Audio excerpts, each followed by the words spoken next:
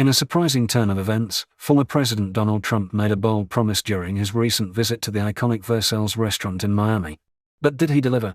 Let's find out. After a tumultuous morning in federal court facing charges related to mishandling classified documents, Mr. Trump made a campaign stop at the renowned Cuban restaurant, Versailles. However, it seems there was a hitch in his plan. According to the Miami New Times, despite Trump's assurance of food for all, the bill was left unpaid, raising eyebrows and leaving many wondering. Trump's brief stay at Versailles gave little time for patrons to even place their orders, let alone for him to settle the check. Later that day, Trump flew back to New Jersey to deliver a speech from his Bedminster Golf Club, where he addressed the issue surrounding the classified documents. Trump cited personal belongings as one reason for his decision not to return the classified documents. While Trump's explanation raises questions, it's important to consider alternative perspectives on this matter. Some argue that the unpaid bill at Versailles highlights a lack of responsibility, while others defend Trump's focus on the larger issues at hand. As the saga continues, it remains to be seen whether Mr. Trump will address the unpaid bill or clarify his stance on the classified documents. One thing's for sure, this incident has sparked discussions nationwide. A critical decision looms over Ukraine's future as President Biden supports a plan that could shape the nation's path to joining NATO. But the stakes are high, and the debate is far from settled. Ahead of an important summit next month in Vilnius, the question of Ukraine's membership in NATO has divided allies.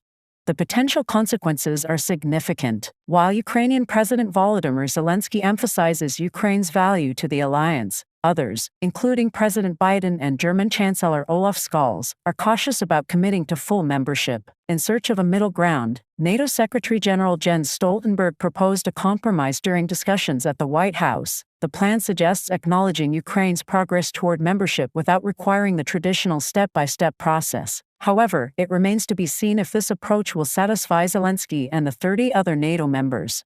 In the midst of these discussions, there are alternative strategies being considered to address Ukraine's long-term security concerns. Some countries, including the US, France, Germany, and the UK, are exploring the idea of arming and supporting Ukraine without a formal commitment to its defense. These agreements would be bilateral, not alliance-wide, but they could provide reassurance to Ukraine in the face of potential aggression. As President Biden and NATO leaders prepare for the upcoming summit, the future of Ukraine's NATO membership remains uncertain. The decisions made will shape the geopolitical landscape. A global cyber attack has targeted U.S. federal government agencies and hundreds of companies as Russian cybercriminals exploit a software vulnerability.